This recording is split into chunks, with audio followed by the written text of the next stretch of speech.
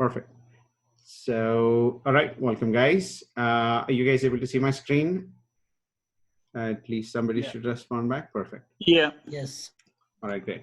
So, current markets are very different from normal markets, right? The whole goal here is in today's market, how do we avoid losses and kind of invest it right?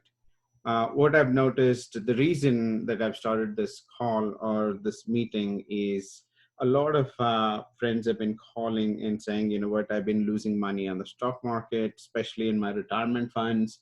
And do I stay in the market? Do I get out of the market? I don't even know where I'm invested. In the 401k is just going down. It's 50% down, 100,000 down, 200,000 down.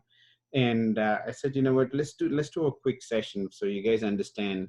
If you talk to a lot of fund managers and the people that are in the financial industry, you may not get the same story as I tell, because most of them say, you know what, just stay in the market. It's going to go down, come back up. If it picks back up fast enough, life is good. But if it stays there for a few years, like a couple of years, like it happened in the previous crash, 2008 through early nine, then it's going to be painful to kind of wait for the market to recover. It's definitely going to recover. That's the general norm, but it's not about recovering. It's about losing time. In the meantime, you could have made money right from the bottom up instead of only working on the recovery side of the waiting period. So this is where we get into some of the details and see what is the guideline that you will have to look for to see when can I stay, when do I get out. There will be some terms that I would be using, like scaling in, scaling out, market direction, and things. We'll get into some of those details, but we have to be really careful. Even for the ones that have attended the session previously, after you've traded for close to 3 weeks or so, you will see a lot of movement was sideways. It went up, you must have made some money, went down, especially on Friday, it showed downward direction. So how much am I invested versus how much am I in cash? How much can I go in short direction? So some of the questions will kind of clarify. A lot of them may be basic. Some of you are in the market. I've been in the market for some time. So we'll clarify some of those. In which accounts can you go in short directions versus which accounts you cannot go in short direction, and what are the alternate ways of doing that. So we will go through a bunch of theoretical stuff as well as some practical things. I'll pull up some charts. I'll pull up my market direction charts and how it's going to help.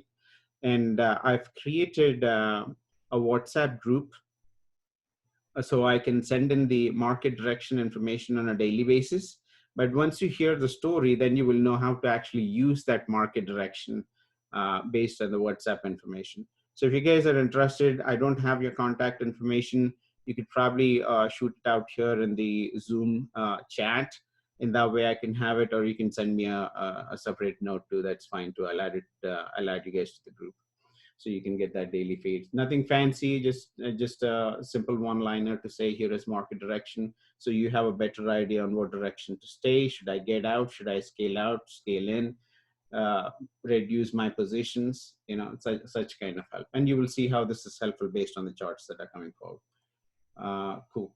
So a general background, I wouldn't get too detailed into this one. The general background on trading is you have day trading, swing trading, buy and hold. Day trading is something that you open up and close trades on the same day. Swing trading is something that you would keep for a few days versus a few weeks and then close it down, not more than that. Buy and hold is typically like a lot of them do. You just buy and hold them forever, and once you're at retirement, probably, you know, that's when you try to execute, close down those trades. In today's world, the best way to do it will be swing trading, but if you have enough time, a lot of them are working from home, exploring the day trading options. And I shouldn't say options, options is the wrong term to use.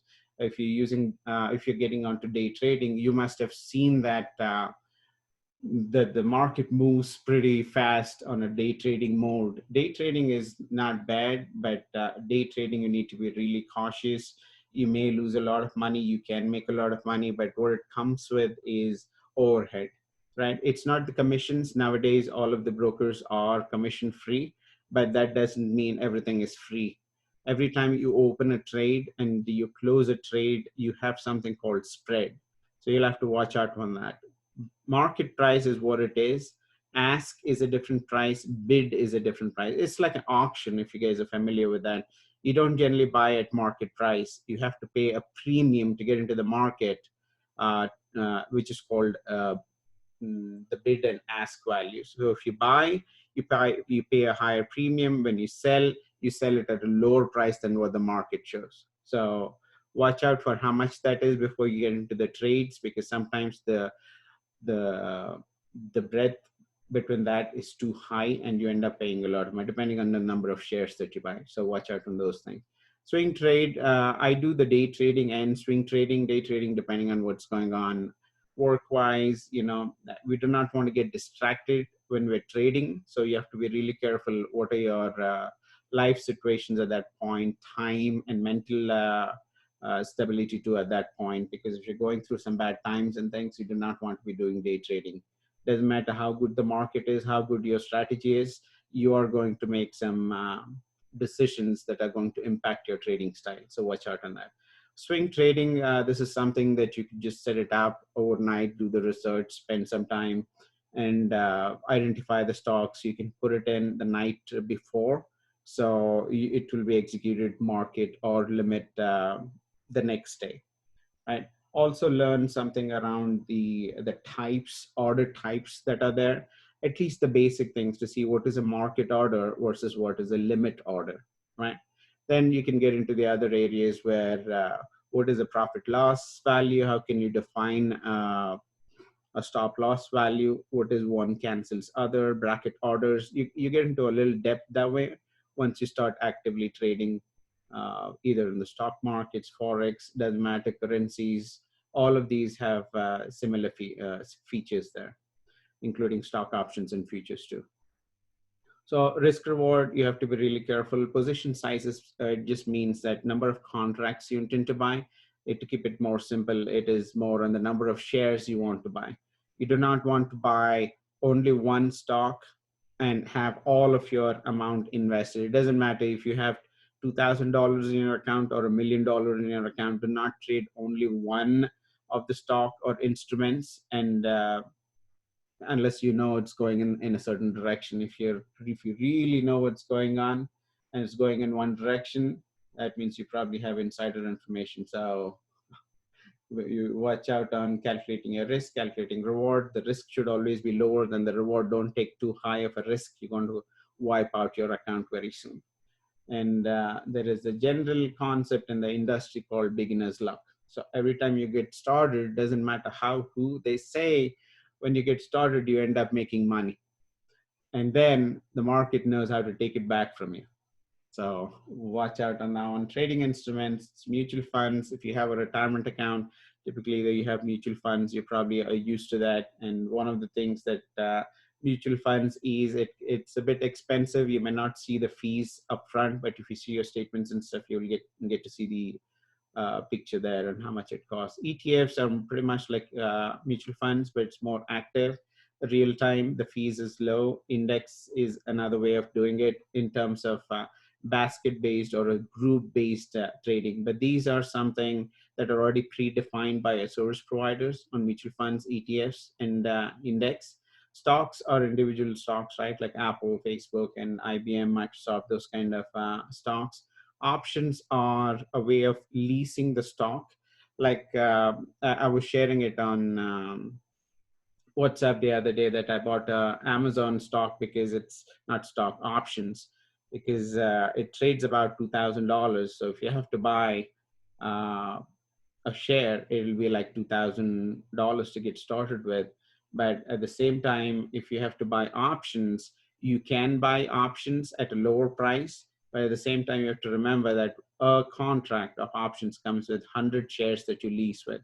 So your expense, you'll have to watch out. If you want to manage 100 shares on Amazon, or when I bought it, for example, was about $18,000 on each contract on stock options.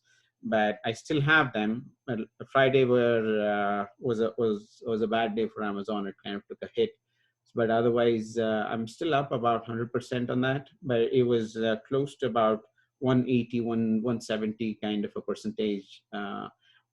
Good money to make, but at the same time very risky too. Futures is something that I would stick to, either on a hedge concept or on a day trading thing. If I have to play around with the S&P 500 E-mini contracts there. Technical analysis, if you're trying to trade, keep it simple. At least learn the basics on technical analysis, your support resistance line, your Fibonacci retracements. And if we are interested in any of the basics to get started, you can always ping me if there is enough participation requests that you would like to understand technical analysis. I can do a separate session on that one. Market direction is something that is very critical, that I am very particular about, which is to trade in the direction of trend. So most of the stocks, the companies react with market direction. Very few go off market direction. To give a very simple example, when the market was crashing, right? Everybody crashed. All of them took a hit. Whether your company fundamentals are great, not, everybody took a hit. But there are very few outliers there that kind of picked up really fast and moved on. Like Zoom was one of them, because the market demands kind of moved up fast. There were some biotech companies that moved up fast. There are some that will be the outliers that will be against the market and move fast. If you are behind those, it's fine, but you'll have to do the right kind of research and be very careful on those, because the volatility will be too high. But if you stick to market direction, then you can always make money too. And there's more options for us to go with if you stick to market direction. And for those who do not know how to make money when it's going in the downward direction, we can talk about that a little bit too. It's called shorting the stock. It is you don't own the stock, but at the same time you short the stock, where you're able to make money when the market's going down. But if you have retirement accounts, you will not be able to do that, because there's a restriction on the retirement account. But if you are able to do stock options on a retirement account, it's a roundabout way to short the stock. That comes in a little bit of depth for those who understand that, know what I'm talking about here. Cool. So before I get on to the next slide, if you have any questions, let me know. So we'll take a little pause, take some questions, and jump on to the next slide here. Right. Otherwise, raise your hand. I'll make sure I can unmute you so you guys are not frozen.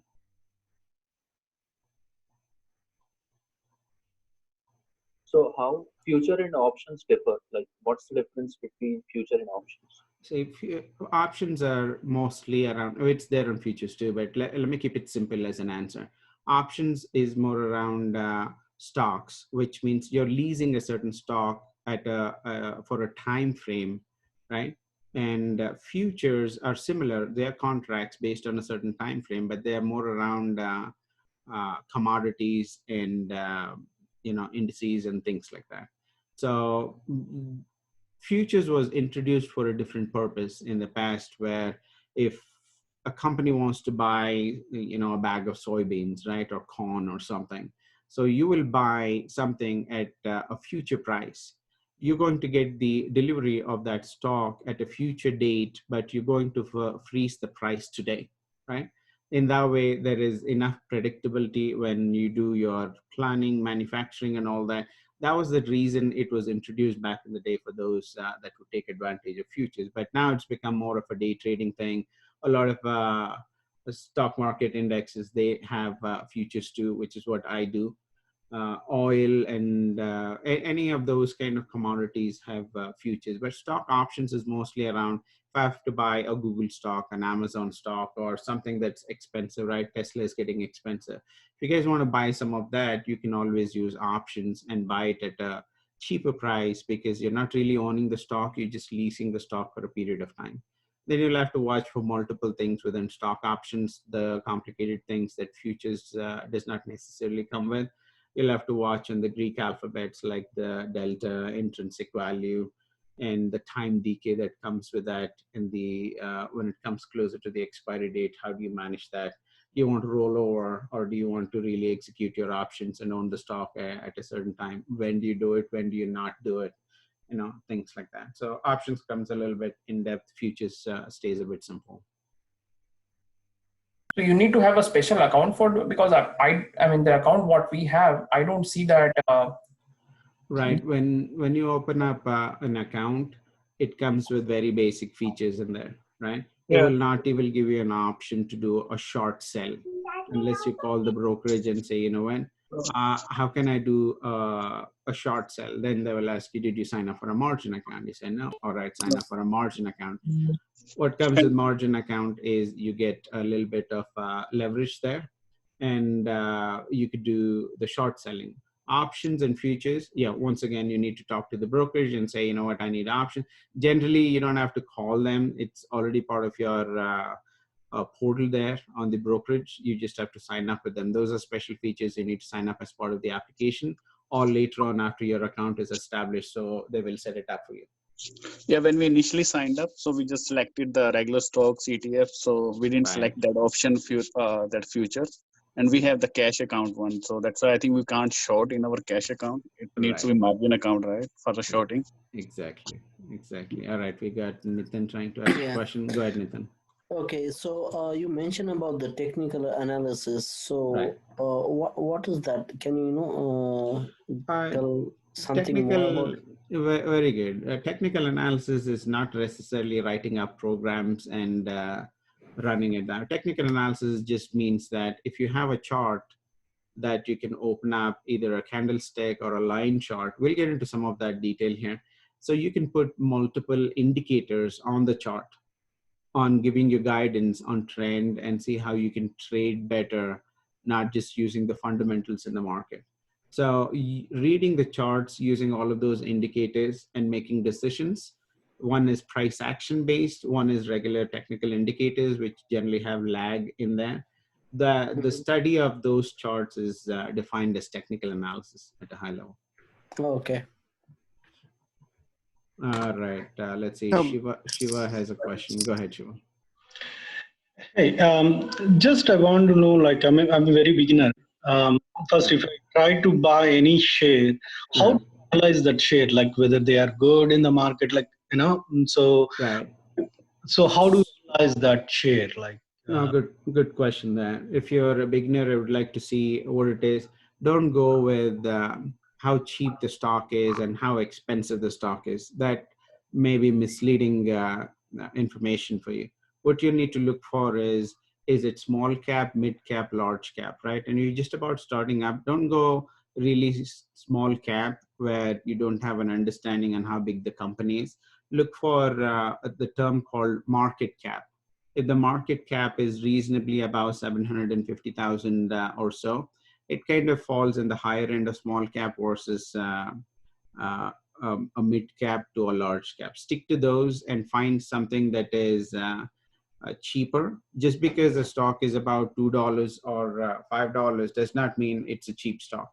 You have to go by the market cap to identify whether it's a big company or a small company. Right? That'll be good guidance. And also look for something called daily average volume, because you should have enough of movement in the market that people are buying and selling.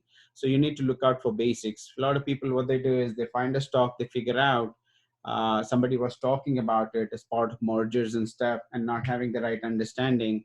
And then they will get in and then they get frozen and the company shuts down, things like that. You'll have to watch out on basic company fundamentals before you make decisions there. Okay. And also, like, what is index? Like, I mean, how do we buy indexes? Right. Index is, let's say S&P 500, right? S&P 500 is having a bucket of 500 large companies in the US, right? So that's basically an index where they measure all of those stocks in one bucket. Now, how do you trade that? There's multiple ways to trade that index. You will have an equivalent of an ETF, which is called SPY. I'm going to show that in one of the charts here coming up. And the other way to trade is directly also trade on futures. And there are multiple other forms of the index being represented in mutual funds too. So there's several ways to trade that. If somebody does not want to get into individual stocks and you want to go off of a certain basket is what an index is. If you look at the Dow Jones Industrial, right, that's a combination of 30 stocks, which is what the country generally measures the economy at, with only 30 stocks in that basket, while we have thousands of companies out there in the market. Right, let's see. Okay, got it. Cool. Okay, so yeah. I got one more question. Sorry. You said like a while back that doing swing trading in this market is better rather than buying long term. Why do you say that? All right, good question there. Because the volatility is way too high. Before, the trends were very smooth, so it was easy to get in, just stay there for a longer time, and it would move more. The probability was higher before, but now every single tweet comes in, the market reacts, right? So you have to be careful. And if you can do swing trades, you get in, get out. Otherwise, you get in, make some money. By the time something happens, another tweet comes in the next day, again, it goes down. So you're back to break even, right? Again, you try to stay, it kind of goes sideways for the most part. But when it really makes a move in the downward direction, it's been strong moves. If you have the courage, the appetite to kind of sit in there and, you know, the company is strong, you can stay in the buy and hold, but there is more money that could be made if you can stick to the swings correctly.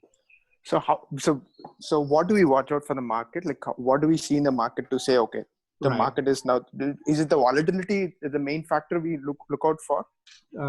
Trend direction. Volatility will be there, but you'll have to look for the market direction. The last point there is the key for today's meeting. So I will get into the market direction aspect, and that should answer your question. Okay, sounds good. Cool. All right. So the good questions here. I'm going to jump on to the next slide. Move on. Then I'll open up one more time for Q&A here. Cool. Let's see. Did I shift fast? Give me 1 second here.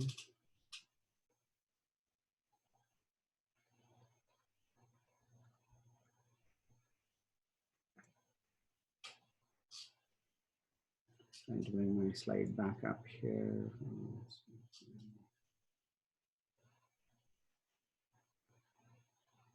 All right, and I am on the thing actually. So this is a typical chart. What I use here is a candlestick chart. I will get into the candlestick a little bit. We can shift this to line chart too. What I wanted to show you here on the screen is, it's not very current. If you look at the right side, there are 6 horizontal lines that I break this up into, right? And what it is market direction calculation in total. If you see the greens is where the market's trying to be in the upward direction. But if you notice this vertical line there on 221, this is the program that I developed. All the 6 lines that you see in the bottom is a program that I developed, which will clearly give you the market direction. So when you see this vertical line right here, and the bottom it shows 221, this is the time I got a signal through the program that, you know what, the market's changing direction, is going downwards, right? So if you've made up enough cash in this whole swing here on profits, try to take out some of your profits here and be prepared if you have to go in downward direction and also make money in the reverse direction, right? And the market, when it changes back, you see all the greens starting to come back up. That is when we get into the long direction. When I say long, you go in the buy direction. And that's where you say, you know what, the markets are worsening. So to answer one of the questions between the swing trades and buy and hold situation, if you're in buy and hold, when you're in this part, this particular day, and it's showing you red signal, you're going to still stay for February 21st all the way to here, March 23rd, that's for a month. And you will see that you've gone back about 4 years of all the profits that you made for 4 years on a buy and hold situation. It kind of took all your profits out in 1 month, right? But if you had the knowledge and education and how the market direction looks like, you could as well save your profits. You don't have to make money going downwards, but you get back in at the bottom again Otherwise, you'll have to wait for the market to recover all the way to the top, to the peak here, to recover your last 4 years of your profits. Now you're in a negative territory, right? Which is where I say, why don't we stick to a swing direction where you're able to get back this way and then get back again in the direction of trend, what the market shows. Okay, a question there. So how do you detect the start of a swing actually? So this could be like a one-time sell, right? Maybe like someone is dumping a amount of share, but how do you mark that saying, okay, that's the start of a swing going down? You don't, right? Because there will be times where it is aside. You see these arrows here? These are another program that I have developed that will say, you know what, when to get off, when to get back in.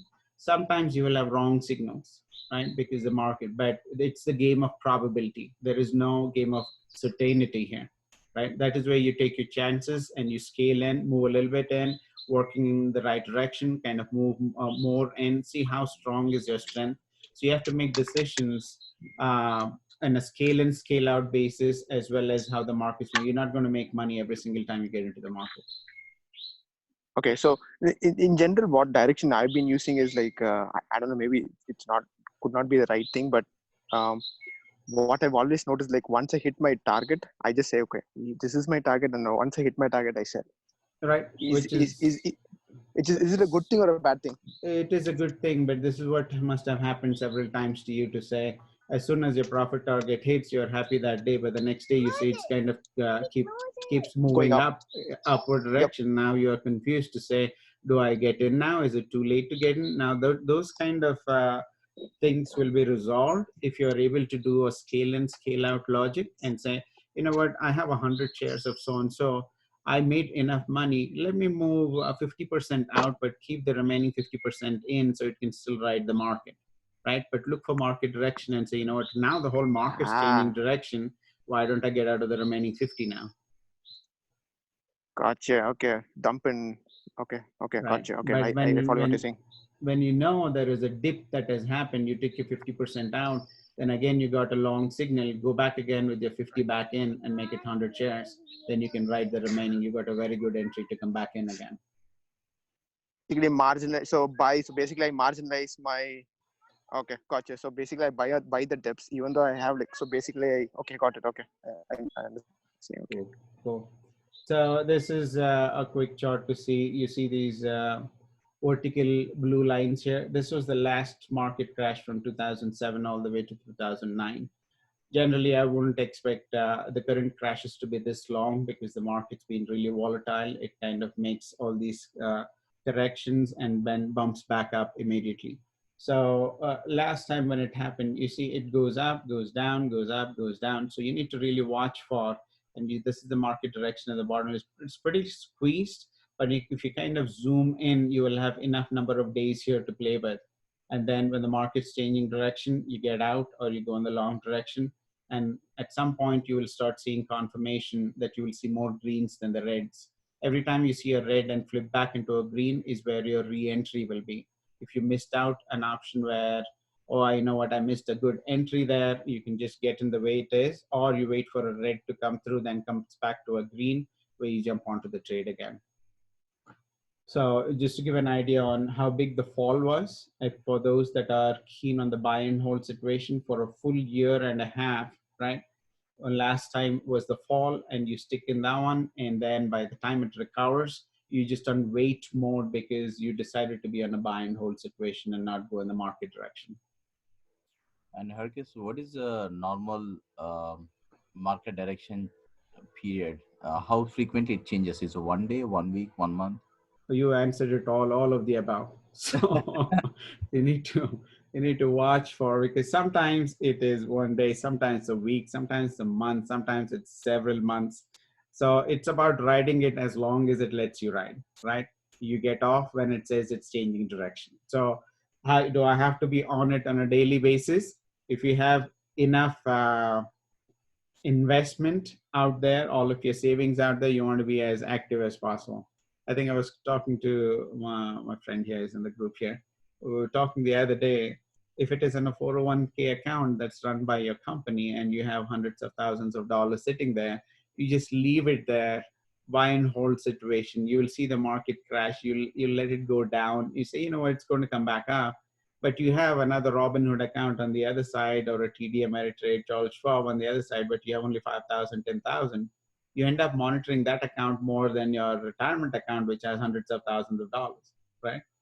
So why don't we take charge of something that is larger in account size and monitor based on these conditions on market direction, and then manage that correctly instead of just sitting, making it lose money for you, right? Because those are your life savings and you're aiming for that to be your retirement account. So we need to stay focused on the returns on that one. When it's crashing, try to get out, go into stable funds. When it's picking back up, get back into the market. So let me quickly cover up this slide here, then we can get into more Q&A and some other charts too. This is very critical, is what I always talk about: market direction, not market conditions, right? Market conditions, perfect time to talk about this statement actually, with all the COVID situation that's going on right now. People, there's nothing that's recovered. There's no vaccine, there's no treatment. Number of cases have been going up. There's a lockdown situation. Businesses are suffering. People are losing jobs. These are all market conditions, right? But if you really look at the market's not reacting in line with market conditions. Market direction is very different from market conditions, because market direction is an optimistic value or a pessimistic value of the future. So if people perceive that we're going to recover from the markets, everything is going to be fine, we're going to move up, then that's what market's going to show you in market direction, whether you believe it or not. You might say, you know what, market's not recovered. You're looking at market conditions. People are losing jobs, no salaries. But then government is trying to put up the stimulus and all that stuff, the payroll protection program, all of the things that the government is doing. There is optimism in the market and pushing the markets up. So when that happens, you don't go by market conditions, because it's a biased opinion by yourself to think that it is still behind. It's not the right time to invest. But you'll have to look for market direction and say, you know what, market direction is changing. It doesn't matter what I think. I do not want to make a decision. Go just off of what market's saying. And then you get into the market. Whether the conditions are bad or good, just stick to the market. Don't go with the biased opinion that you have internally for yourself. Market research, this is critical for us to do. Even though the market direction is sufficient enough, there is a reasonable effort that needs to be done on market research for yourself to understand what fundamentals are, how the company is doing. Also talked about the market cap, the daily average volume that you need to look for. This is all getting in depth, right? A lot of them that say, when I know these companies are great, you talk about Facebook, you talk about all those companies that you are familiar with, you talk about. All of the ones that I trade, shouldn't say all of the ones, but most of the ones that I trade, I don't even know the name of the company. All I know is the name of that ticker symbol for that particular day, and it's all gone. Next time I trade, I don't even know what I traded on. So why go off of something that is a known company and then lose out on the potential for the other ones that are giving out there? And don't keep yourself limited is what I'm trying to say. There are thousands of companies that are out there, more medium, mid cap, large cap. So watch out on those things. Try to do some research, figure out if you can do more than what you're already familiar with the names of the companies, right? Scaling up and down. Scaling up and down is a critical thing that I use part of my trading, where let's say a market direction says very strong. So I'm in, let's say I'm in by 100 shares. I touched on this topic a little bit when someone asked the question on when do I get in, when do I get out? So when do I scale up? When I scale up, when I see the market direction is strong. When do I scale down? When I say scale down, it's like reducing your position sizes. You're reducing your number of shares that you bought, right? And if you have 100 shares and you see the market's changing direction, in the downward direction, get off 50% off. It's going further down, get further 25% off on that. Now it's totally changed direction. It's in the short direction. Get everything out and now start a new trade and go back in a short direction and ride it as long as it shows short. So when someone says, is it 1 day? Is it 2 days? Is it 1 week, 1 month? I'm just going to stay as long as the ride is on, right? does it hurt you? No, why would it hurt you when you're making money in the market, right? So that is my approach. And basket trading is what I would recommend, where instead of buying one stock, two stocks, right? Things like that. Why don't we diversify the whole thing? Take technology into the picture, take oil into the picture, take other industries also in place, like the health industry in there, like staples, consumer industry. Do a bunch of combinations and put it into a basket and trade. And when you generally trade in the direction of the market, all of them will go in the same direction. If one or two fall out of market direction, it's still not going to impact you as much as buying just those one or two and sitting on it, right? And one of the fourth one right there is very critical for me. I don't look for something that those are the outliers that I was talking. Keep it simple. Avoid the shiny penny syndrome, right? People say, you know what, this is going up. Tesla is really going up, right? Yeah, it is going up if you know how to trade Tesla, right?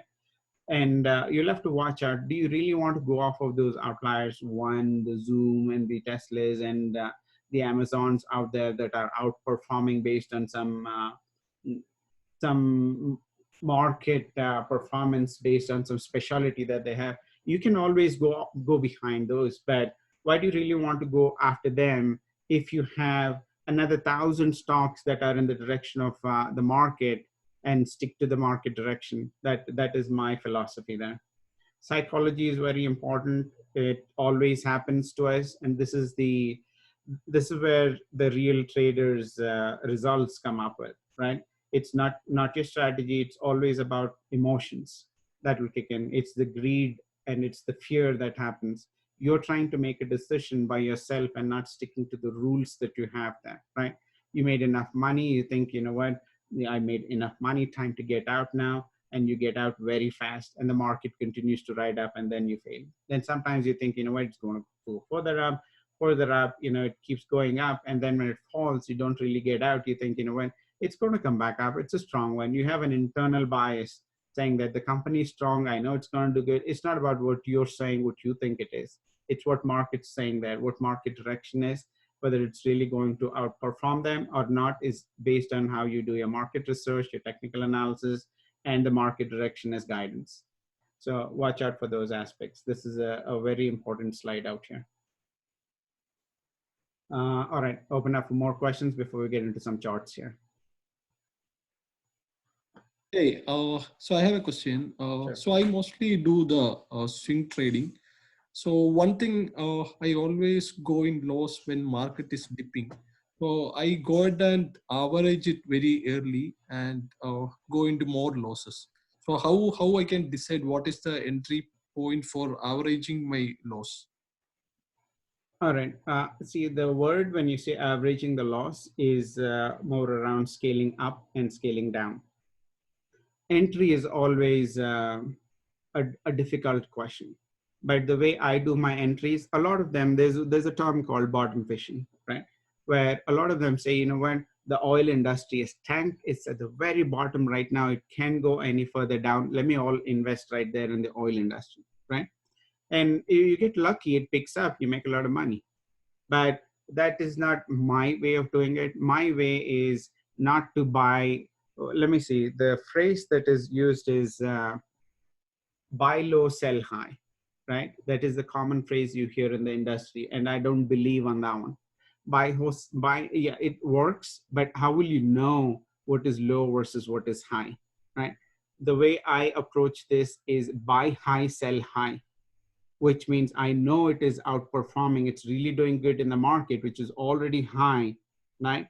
Which is when it goes into a pullback situation or a retracement, when the price drops for any reason temporarily, that is where I get back into the market, right? And then ride it back again in the upward direction. So everybody's got their own ways of doing things. I'm not saying there is one way of doing it. You just have to watch out and get good at what you are comfortable with. Okay. So is it like a good idea not to buy in the beginning of the market if I want to average the price? I would say, depending on how strong the market direction is, you can kind of get in, diversify though. Let's say you have a reservation of $3,000 in one stock, right? you can get all in $3,000 in that one stock if the market direction is strong. But if you have a feeling that it's kind of neutral, instead of $3,000, get in like $1,000, right? Okay. And after that, if it's picking up more, invest another 1,000. Then after that, invest another 1,000. In the meantime, the market changes direction.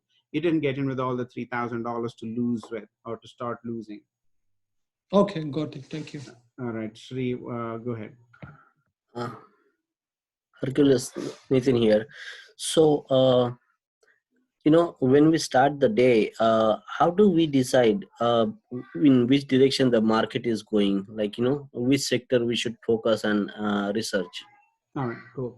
So if you really want to get into the sector side, we could do that. But one way of doing it is if you research totally in a full basket instead of just the technology side of it. For most of us, at least in this group, we end up doing the technology side of it because that's where we're comfortable with, right? But if you just want to go off of any kind of sector, there are ETFs at a sector level. One of the strategies that I use is identify the sectors. Okay, let me go a step back. When I talk about market research in the previous slide there, right? What I would do is there's different levels that you can go up. Market direction is at the highest level, right? Then the other level that I go down is at a sector level. Then you can do the industry level. And within that industry, you can see which ones are actually performing the best there, right? So now going back to your question to say, how do I know which ones within that industry are doing good? There is a very simple concept in the charts called comparison charts. It goes off of the performance from a certain period that you define, say from the last month, from the last quarter, to see which ones have been performing. So if you go to any Yahoo or any other free charting tools out there, you put all the sectors there. There are sectors called spiders, right? If you go Google up spiders on the ETFs, it'll show you all the sector symbols, right? Pull up all of them. It'll be like XLF stands for finance, XLE is for energy, XLP, XLI, XBI. There's about 7 to 8 sectors there. And within that, you will see multiple industries listed there. And when you get into that website, it will clearly show you what are the components that are listed within that sector or within that industry. Now you can do another level of comparison charts for performance purposes and see which one's doing that right. But since most of us are having a background of programming and database tools and stuff, you can always subscribe to data if you really want to get into that depth and take that data and do your own research, put it into a SQL Server or something on your computer, run queries. So I do the programming aspect of it and also do a lot of research on dumping the data into SQL Server and running my own queries all the time. Oh, okay. And right? is that a live data? Is that a live data or? Right, depends on your subscription. You can have live data come through. I have live data come through. I have 2 market data services that I use. So one is for live data. I could use that for both, but one is for live data. I connect it to a different software. And the other one is more of end of day historical data. So after the day is over, it'll give you the data for that entire day and all historical data. So you can dump it into the SQL database and then run your queries and run your programs through. Right, Shrikant. Okay. Hey, this is Shrikant. So the question I had is on the market direction, right? So you mentioned on your previous slide where you have shown what is the downward direction and the upward directions, right?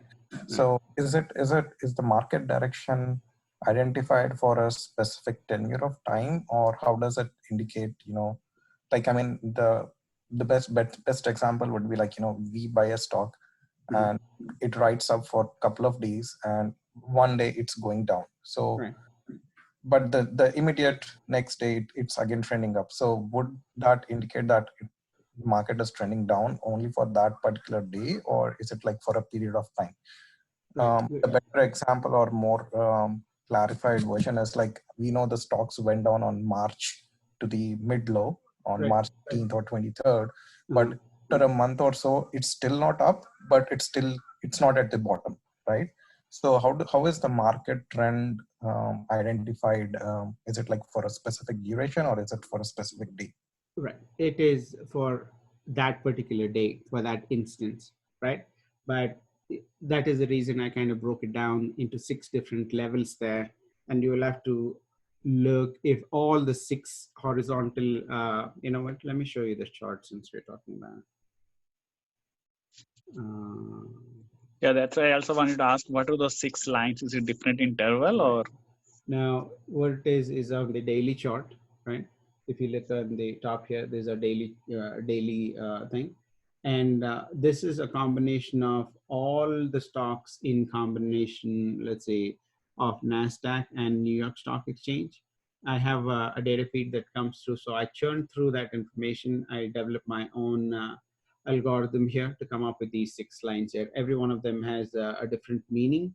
We don't have to get into that depth, but this is a combination of everything that's happening in the New York Stock Exchange as well as the NASDAQ, which is most of the stocks that are listed in those exchanges here.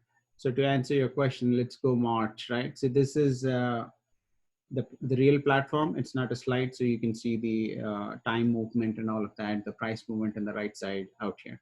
So you gave me that time frame of March, end of March, right? So it kind of went this direction. So if you see on this exactly where the vertical line here, there are some reds and there are some greens, right? That is where you'll get an idea that, you know, it starts to change. I don't want to catch the very bottom and say, you know what, I'm going to make an entry right here at $219 on S&P, right? You'll have to wait and see until it gives you confirmation that it goes all green, right? And it did go all green on this side. So if you stayed here, there will be some ups and downs here. This is where I scale out and scale back in to get back into the market. So you have to be really careful. If you have the right appetite and say, you know what, I don't care, I want that green signal, I want to wait until it stays all the way until I see all reds come through, right? That means something like this. When all reds come through, then you know the market's completely changed direction. Until that point, I'm going to stay. Yes, it depends on what the risk levels are. There are always going to be these little reds showing up within the greens, right? But that's the nature of the market. If it is that simple that we see greens all the time, everybody's going to be making money. Cool. Any other question?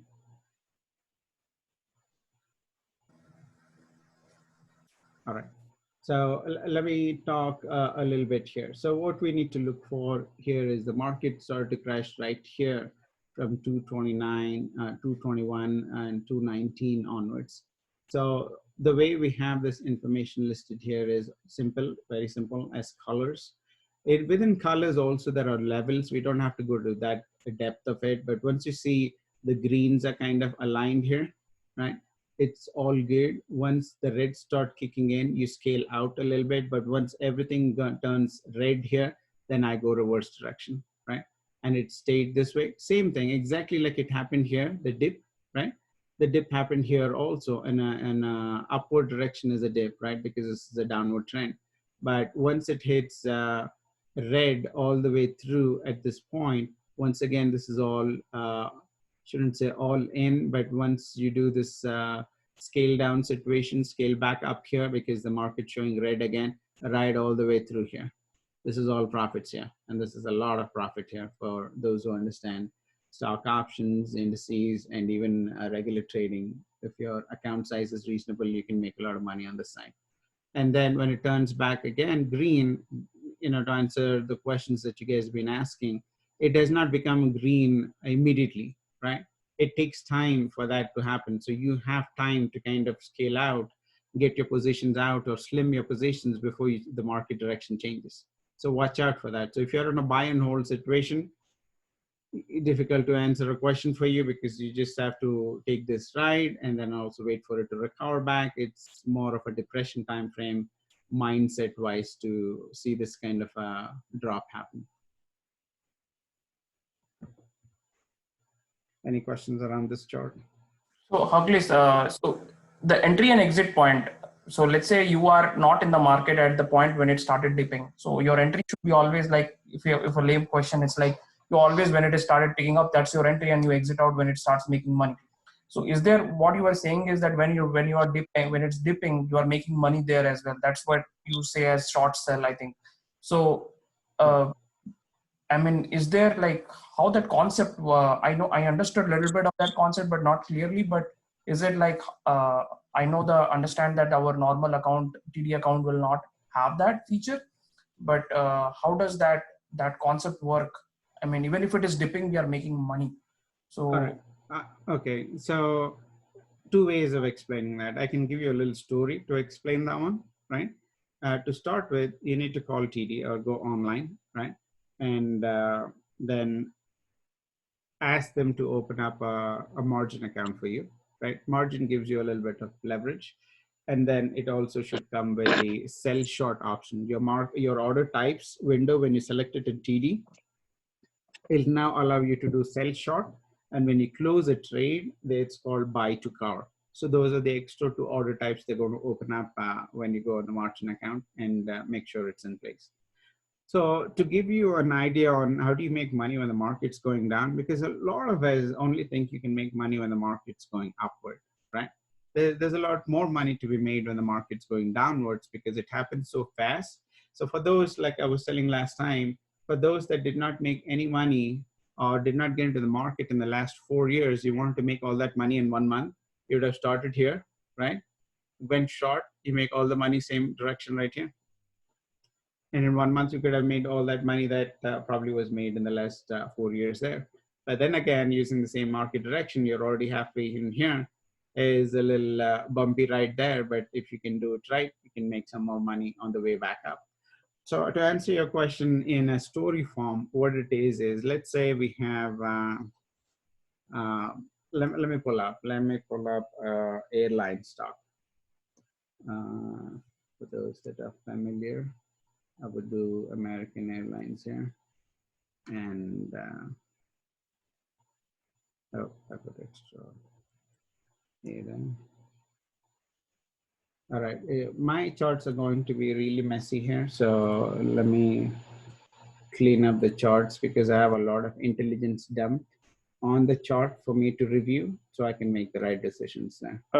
This IB or this is different charting tool? No, this is a charting tool called NinjaTrader, if you can see in the bottom here. This NinjaTrader, okay. So I purchased their software so I can do my programming and all of that in here too. So do you still use IB or not anymore? I do use IB. I have accounts in multiple places for multiple reasons. So IB, I do use IB for my day trading purposes, but for swing trades, I use a different brokerage. So let me see. So this is the time, right? Market direction, if you remember from the previous slide, let me quickly flip, right? See the market direction, all reds. Let's see all reds, right? All red is right here, February 24th. And now let me flip into American Airlines right here, February 24th. See, this one started crashing even before the market started crashing, right? So even if we get into this zone, this is where you kind of get in, right?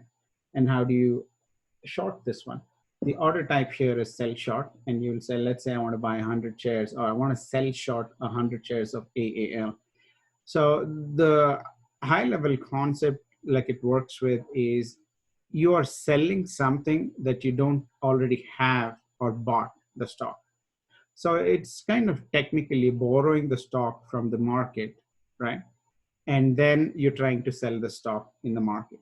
So for the purpose of borrowing from the stock from the market, what you owe back to the market is the number of shares, right? But in order to borrow that stock, you still have to spend, what is that, $25, right? Multiplied by 100 shares. So you're still spending about $2,500 right there to borrow it back from the market, right? And then be able to sell it in the market. So you already sold it at $2,500 as soon as you took it from the market, right? Now, what you owe to the market is the number of shares. So once you sold it in the market, you have $2,500. So if you write it all the way back, 25, so it went to $9 right here. So $9 is what it is. So you will buy this one in the market, $9, 100 shares, right? And then you return whatever you borrowed back in the market, the 100 shares. So you get back your $2,500, but how much you spent here is $900. So $2,500, you subtract the $900 is what your margin has been, right? So that is your profit. So it may get a little confusing with the way to explain for the first time, but you may have to research that one to see how you sell it. For those that say, you know what, I don't care how it works, which is what I look at things, especially when it comes to these kind of situations. You know, you sell here 100 shares, you know how to get it here. What is the order type required? Sell short, right? Buy to cover, right? Those are the things. Give me 1 second here.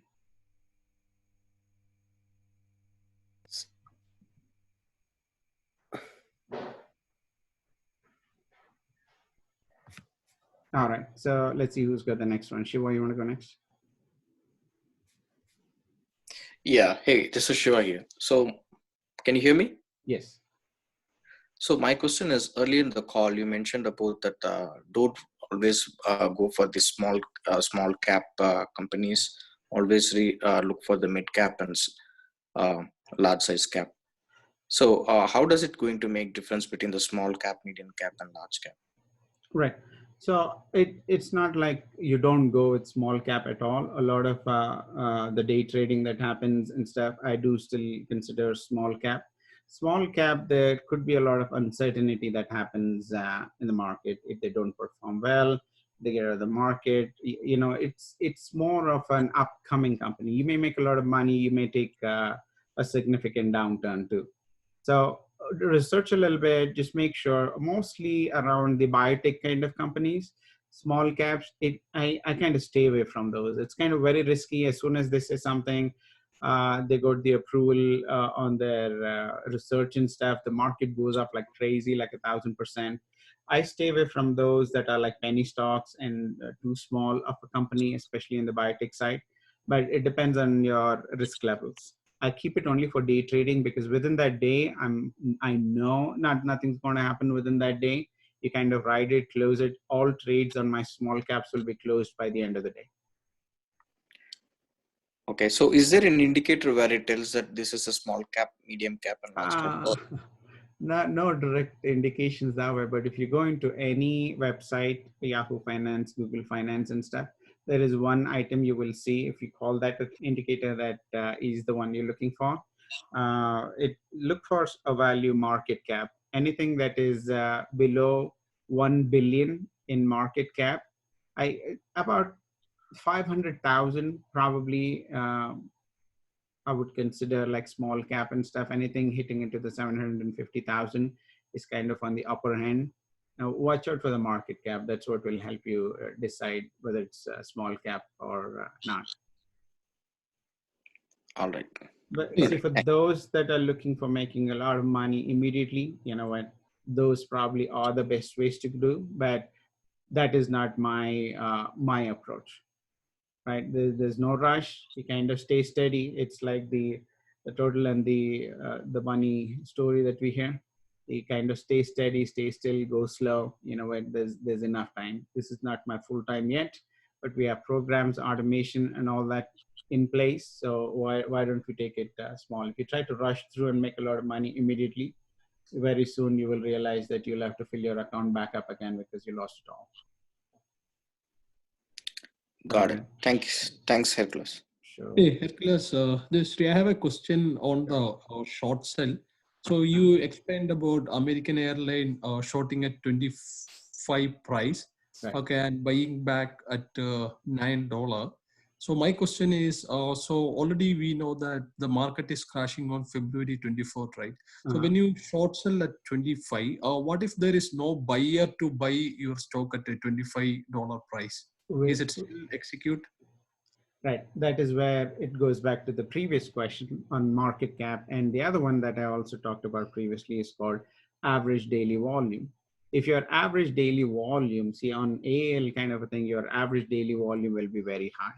So you will definitely not have that problem that you will not be able to get out of stock. It happens with small caps. It happens with those companies that have a very low daily average volume being traded. But in today's market, you should not hit into that.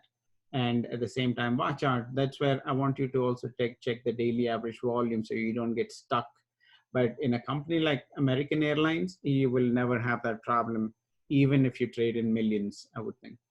Okay. So what is the average volume that data I will be looking for to do this? If you want to be really safe, I would look about 1 million or so, but anything about 250,000. For day trading, I would consider like 100,000 or so, but otherwise 250, 500. If you want to be really clean, anything about 500,000 should be good. Okay. Okay. Thank you. Cool. You want to go next, Nathan? Yeah. So you talked about the margin account. So is it like do we, is there any, do we need to keep any minimum amount in our account to get the access for margin account? No, there is, I think some brokerages say you need to have about $2,000 or so for a margin, nothing really large, but TD has 25K. So I think not all broker No. has that much, but it's all a platform to platform. Right. Some might have less also. What it is if you're trying to do day trading is when the $25,000 will kick in. Is the term that is used is called pattern day trader. If you're trying to do day trading, which is 4 or more round trips within 5 consecutive days or something, that is where you'll need that $25,000. Otherwise, they'll freeze your account. But if you want a general margin account, you probably will be good for $2,000 or so. Okay.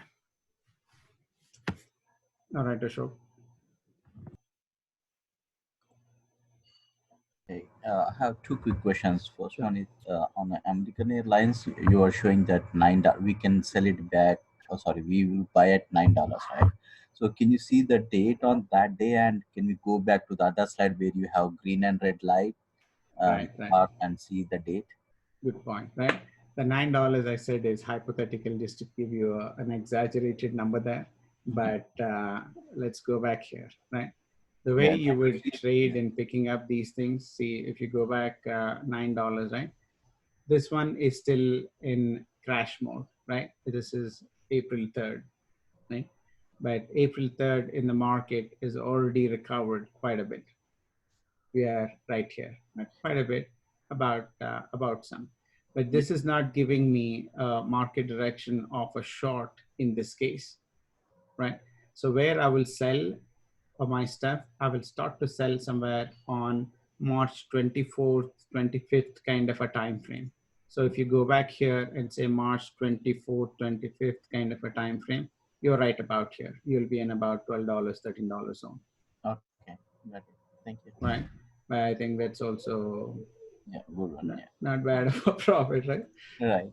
And Right. my next question is, because we are trying to go with the market direction, and we are not concentrating on particular industry, right? For example, okay, reason for asking is, for example, cruise from Thursday and Wednesday and Thursday, cruise went up 10%, at least 10%, nearly 20% together. Right. And Friday it went back another 10-15%.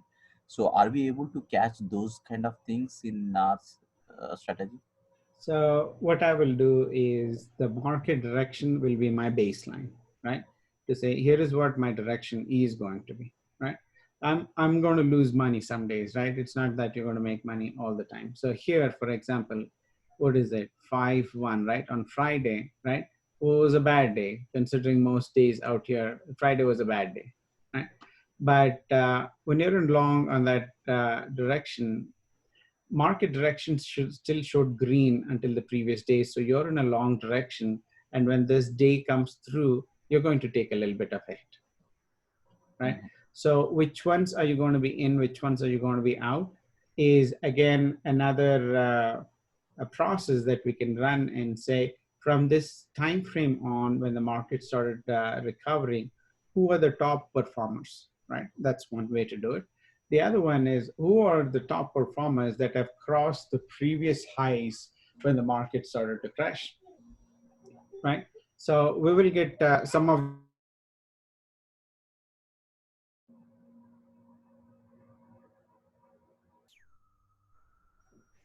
all right. So I was trying to pull up some here, but let's take another example. I'll give you a few examples here so we get an idea, right?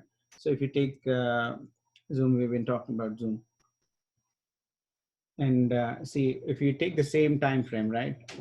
February 21st, right here. At this time frame is when the market crashed. But if you look at Zoom right now, right? By the time it hit April 24th, from the time the market crashed, right, is way beyond its previous 52-week high, right?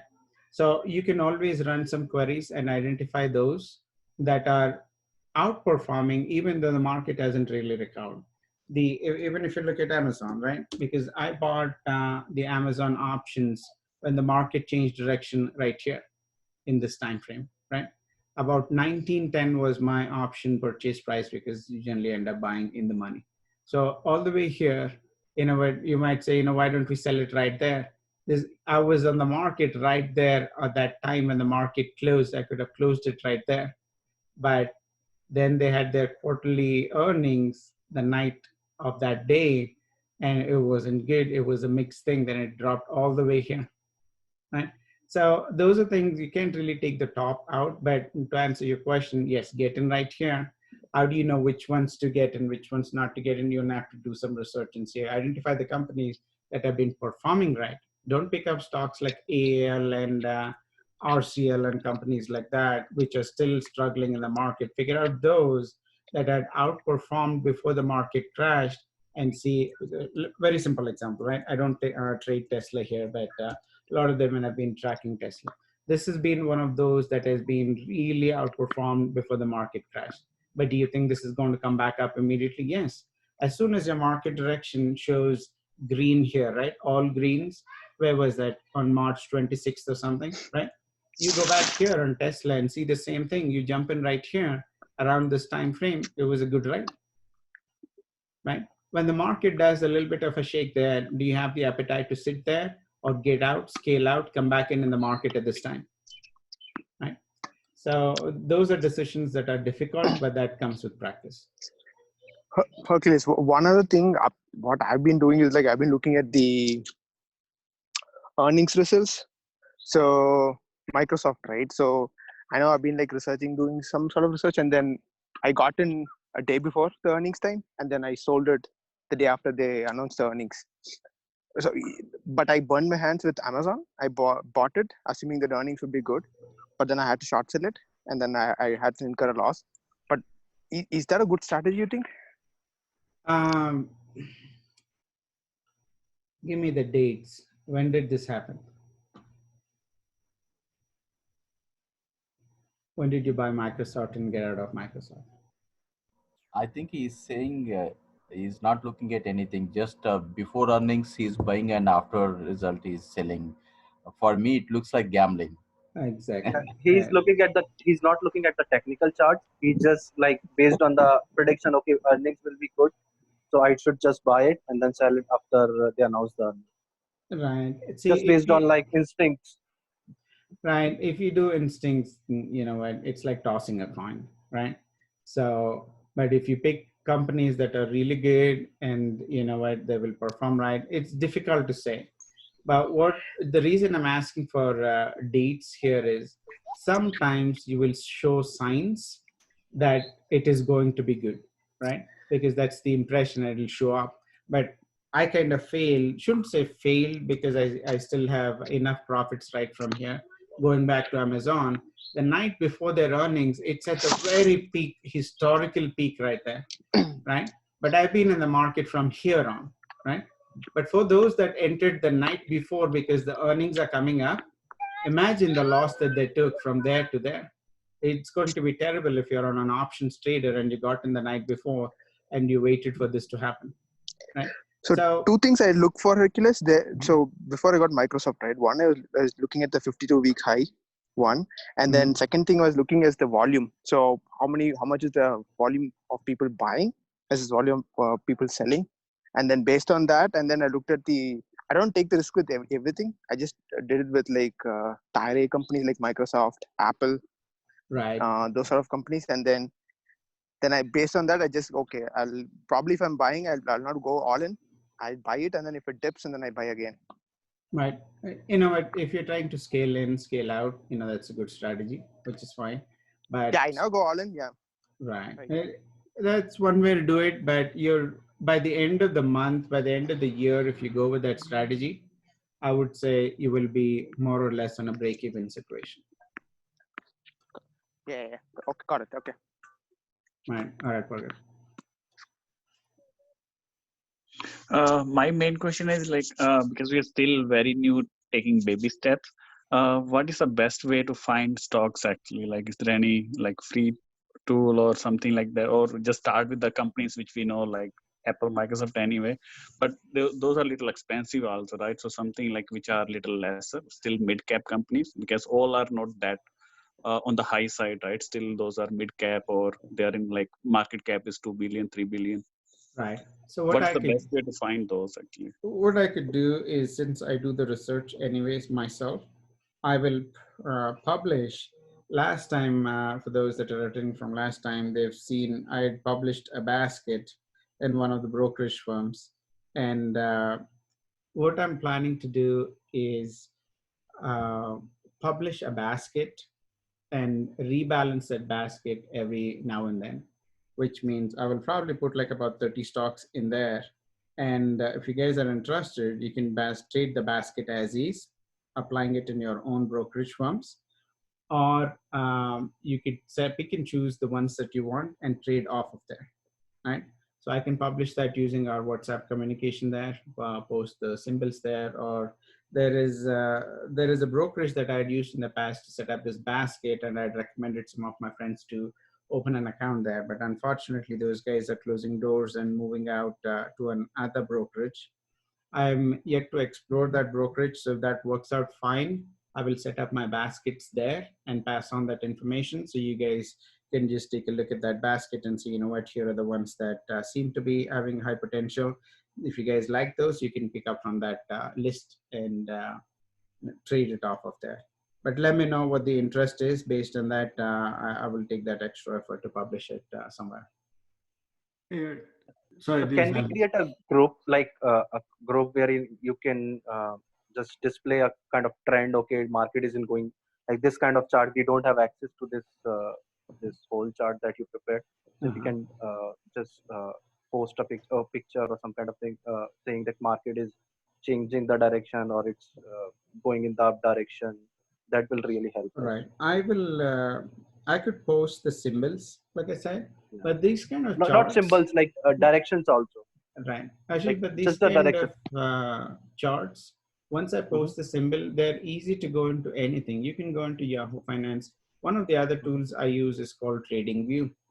So if you go to tradingview.com, let me post it on the chat here so you guys can see tradingview.com. So if you go to tradingview.com, you will clearly see same thing. You know, let me pull up, since you talked about. In the meantime, I'll take another question, but I'll pull up a chart in the meantime. Here it is, Alex. Just something quick on the platform, the Motif platform. Right. Are you planning on moving to whatever the new parent company is going to be? Yes, yes. They are going to transition. And the reason I'm asking is because one, Tito and Joanna have been asking about it, and Miraida and Carlos Ruen, but also because of originally when I had created the account and was just waiting for the funding, I could see everything. Now that the account was not funded, I can see the trend, but I only can see, I can see like maybe 3 or 4 tickers. Everything else is like blurred, so I cannot see it. Right. You so change something I have no idea. So just wanted right. to. Generally, if the account is open and you didn't fund it, they will still allow. But if the account is canceled or not active, they will not give you access to the entire basket there. But to refer back for those who want to know what Alex is referring to, is I had an account that we opened up in a company called Motif, and they're going to another parent company called Folio Investing. Similar kind of basket-based trading, where they will allow you to trade fractional trades too. So I would set up a bucket. So the bucket that I set up, Alex, to give you that number, I set up on the 2nd of April, I think, and the basket had 30 stocks. I looked up the other day, that's where I'm still invested in. It's up about 26% or something. Right. In about, but from the time we showed up, it really moved up quite a bit, then sideways. It was about 30 something the other day, but based on Friday's feedback, it dropped to about 26% in a month. Exactly. I could see how it was going in comparing what I have done on my side. Basically what I did is I took some of the tickers, most of the tickers actually, and just put it into my account.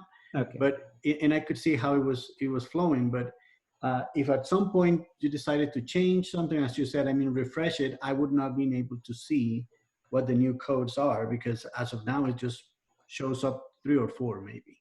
So, and still I can access the account, I can see everything, but the actual tickers one by one, I cannot see them. So I just wanted to let you know that. 2 things we could do on that one, Alex. I can download that spreadsheet, send it out to you. So you have that list.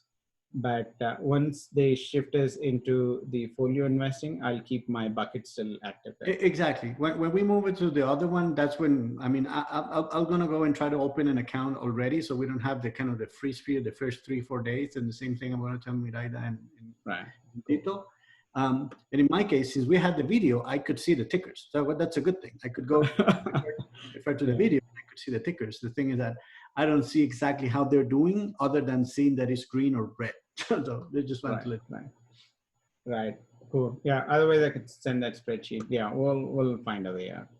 So to the rest of the group, if you guys are interested in a list of ticker symbols, definitely. Yeah, I could help out, build a basket, and put it out somewhere so you have access. And I forget who asked me this question just now. He said, you know what, can I have the same access the way you're looking at charts? We don't have access. The tradingview.com is free account, right? You go here and I say Amazon, because that's the chart I had in there. You have similar kind of things. Everything out here, right, is not mine. Everything out here is not my proprietary thing. Actually, I was talking about the market direction you predict. Oh, the market direction. Yes. Yeah. Sorry, I didn't get that one. So the market direction, what I've been doing is I have a WhatsApp group that I created, and every night I kind of post the market direction out there to say whether it's strong green or red. Sometimes I post the picture in there. So all of the group members will have access on now.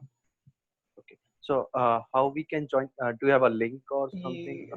Send me your phone number in the chat box here. I'll gather up all these and add you to the WhatsApp group then. Yeah. Sorry, I didn't understand your question. Right? And at Culis, you send ticker also in that, or that's a separate thing?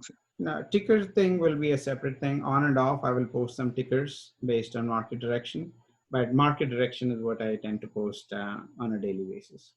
Oh, okay. I will find out. I'll get you some ticker symbols to Pargat. I see your concern there on where exactly to jump in. And we will have to get a little conservative when you get started. If what I generally tell friends is, after the market's done, hindsight, we can say, you know what, why didn't we pick up this stock, right? This is performed 100%. The ones that we are on picked up only 10%. Right? There's always going to be those situations, right? My goal is, how do you go steady? You're going to be up, fall a bit, go up, fall a bit, go up, keep going step by step, steady. But those that you're looking up will give you like 1,000%, 3,000%. The first thing we'll need to look for, your risk is too high. You might end up closing your account before you hit your 3,000%. All right, a lot more hands. Anupam, I have a question, Hercules. So we talked about the earning result, right? So suppose one company's earning announcement is next Friday. Right. So getting and buying the stock on Thursday night is too late. So what is the best day I can look at the how is the chart going for that company and buy it? Is it Monday a good day, or I need to plan it 1 week before? I don't look for quarterly earnings to make myself clear, because that is a very risky strategy unless you're super good at fundamental analysis. Fundamental analysis is you're keeping track on company's performance, how is the revenue, how they've been doing, right? All of the company related stuff with that depth. I don't want to spend so much time in a single company evaluating that company and still hit into this situation. See, for example, on this one, my entry was right here, let's say based on this yellow line right here, right? You see this yellow dotted line is where my entry was, right? Yeah. And at this point, I did not, well, my decision was still to stay until the earnings was on because it went so up, right? Even though it did that right, after all the positive things that happened in the trend, it still gave mixed earnings. That means the revenues were good, but the profits were low, and it tanked so much, right? So that by itself is not a strategy that I will rely on, because I shouldn't say purely, but mostly include my technical analysis, and I will just go off of this yellow line per se and keep it simple that way. If it is upward direction, you're going up. If it is a month before, if you've already taken this kind of a ride and the quarterly earnings are coming in, I won't get in here because it went very strong already, right? If you got in here, then I'll sit through in my quarterly earnings and say, you know what, I have enough profits already out there, and I'll kind of wait and see how the quarterly earnings will show up. But will I get in right here before the quarterly earnings will show up? I would be hesitant with this kind of a move that happened and kind of get in at this point. Okay, yeah, got it. I normally search the market analyst, what rating they are giving, and based on that, sometimes I buy it and keep it for the earning date. But some days I will go in losses. Yeah, you are saying that it's too risky. Okay, got it. Thank you. Right. I'll tell one thing. Most of the time, the analyst ratings are like, they are junk. All right. That's my personal experience, because like I've been trading in Indian stock market from very beginning. So like analysts will say something, buy this stock, at the same time the stock market will the same stock will crash. Right. I agree with you. I don't look at the analyst rating. I just go off of my own trend strength and the calculation, my program information. So, all right, let's try to quickly wrap up here. We're about 5:30. So let's run through some more questions and close this one. Let's get started with the one on top. Anupam, you want to go ahead? Yeah. So Achilles, you said about RCL and the pharma stocks, and definitely those are the stocks which I have been targeting and I have played with it. So I burnt my hands, a couple of pharma stocks, made some losses, also made some losses in RCL here and there. So, but made some money also. So why do we say that, I understand the market is, people will not go to the cruise and because of the COVID situation and everything.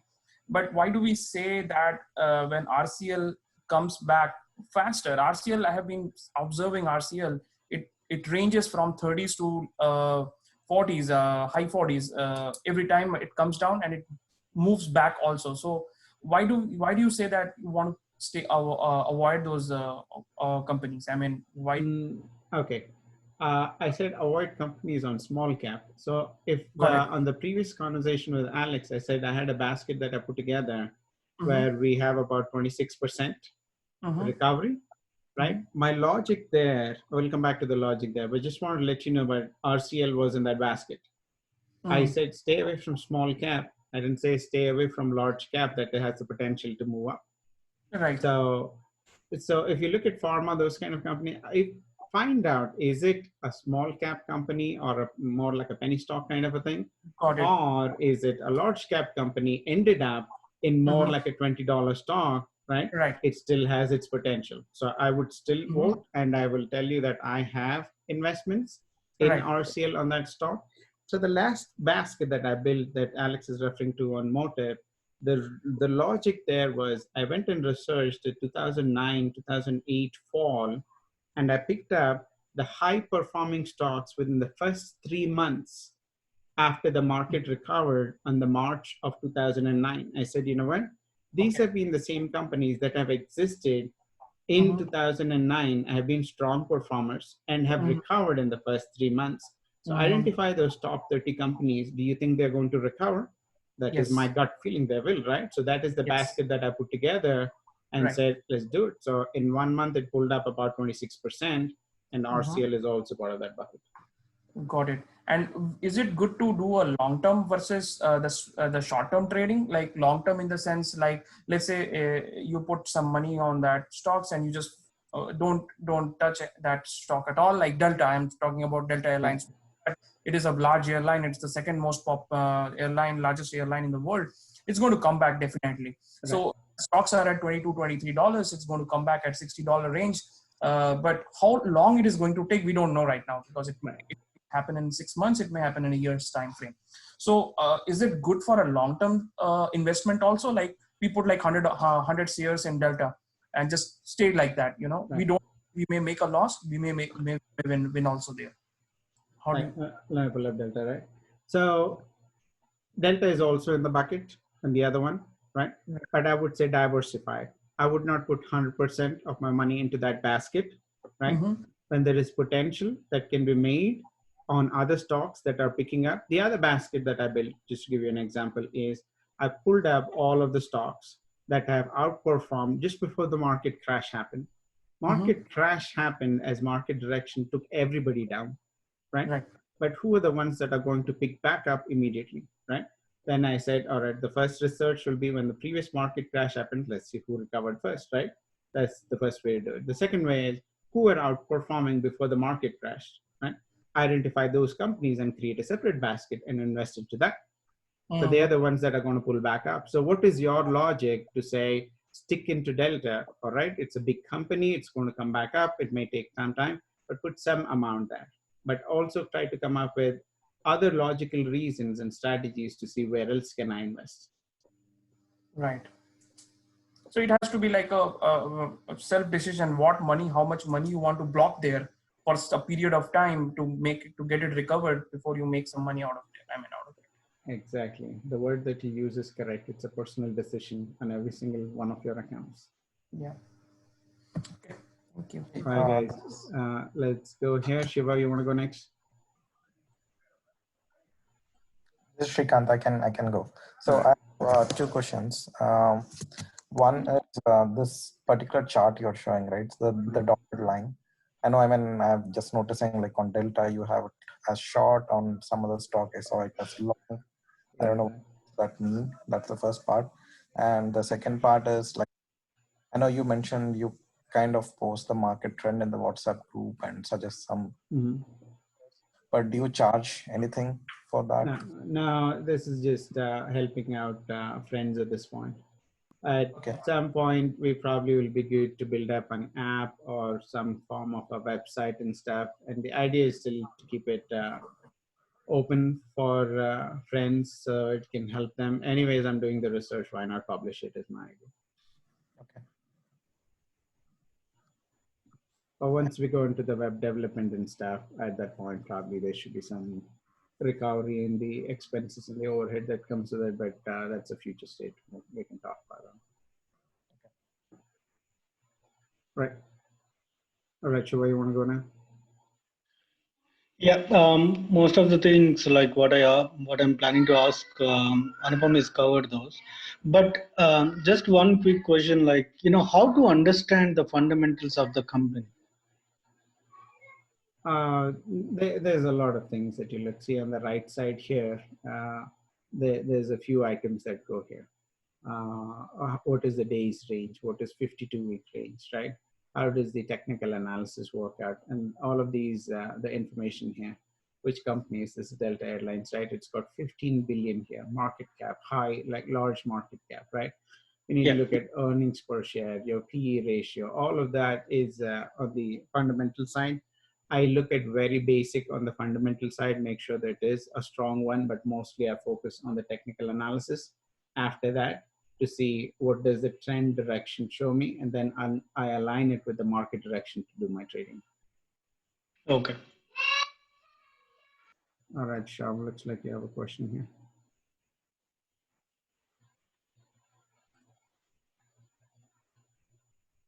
I can't hear you, Shyam. You want to unmute? Okay, here, please. So that we had discussed that for the daily trading, we should have the $25,000 in account. So it depends on the account to account. Suppose I have account in Robinhood, which one? I forgot that one because that yeah, Robinhood. So that so it depends on the account to account, or for each every brokerage account we should have the 25,000.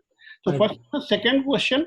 So daily trading. Suppose I am buying today and selling tomorrow. That will also call in the daily trading. Or the day trading, anything that you do 4 or more trades, round trips within 5 days time frame. Right. So yes, if it is tomorrow, tomorrow is also within the 5 days. And to go back to your first question, yes, every account that you want for day trading, they will not do a consolidated value. It is per account. Can you come again for the second one? A second one, it is per account size, 25,000 in each account. It's by account. It's not consolidated value of all accounts. Okay, got it. Hey, one more thing to add. I think Ameritrade cash account allows to buy and sell a number of times on the same day. Yes, but that is, how do you say, that won't allow you to do shorts. Yeah, that won't allow you to. Right. Yeah, the thing is like the value will come that the whatever we trade, like whatever we sell, that amount will come like second day basically, not counting the current sell days. So it's again we can do only 3 days in a week if we are doing full amount on each trade. Good point. The settlement amount is called T+2. The settlement will only happen 2 days later. You will not have funds to trade for the next few days until the settlement happens. So if you have a margin account, you'll have some margin to play with. Yep. Saw one problem with Ameritrade, is that not Ameritrade. So I purchased a stock called Boeing, and Boeing had one issue, which is like I bought it at around 136 average rate and 137, and it was going down till 124, and I sold it thinking I will buy at a lower rate with a little higher number of stocks, and then I will make some money when it goes back. But what happened is IRS they held some money, the loss what I purchased back at. So I did not know that, and when I called them, they said that IRS is not going to release till you again go and buy back that same within 31 days time frame. So if you are not selling that in 31 days time frame, they are not going to release the loss, something like that they mentioned. I did not understand that technical details of it, but what I understood is like basically they are keeping the loss in a hold state, and they will release only once I close this whole dealing with Boeing, and then they are going to adjust the rate and send it back to me. So is that a good way of doing trading? Is like once it dips down, I can buy it again at a lower rate, and then I can make some. No, that's normally fine. I do not know. This looks like an exception, but when you're doing that kind of trading, also watch on. You have to learn something around taxes, and figure out what is a wash sale and what will be considered as part of your taxes for losses versus not. Because there is there's some amount that you can write off towards the end of the year that you can carry forward in your tax statement. So you watch out for that one, and what is that time frame, and are you comfortable doing that? So tax is based on the whole amount we make money out of the trading. Yes. Answer is yes. But if you buy, sell, again buy back within a certain time frame, and the first one was a loss. Right, that loss will not be considered as part of that cumulative value because you've traded within that time frame. So that's the reason IRS does the calculation later. Got it. Right. Cool. Let's take another couple of them and close down today. Let's Shrikant, go ahead. Yeah, I have a question on alerts, right? I mean, like for example,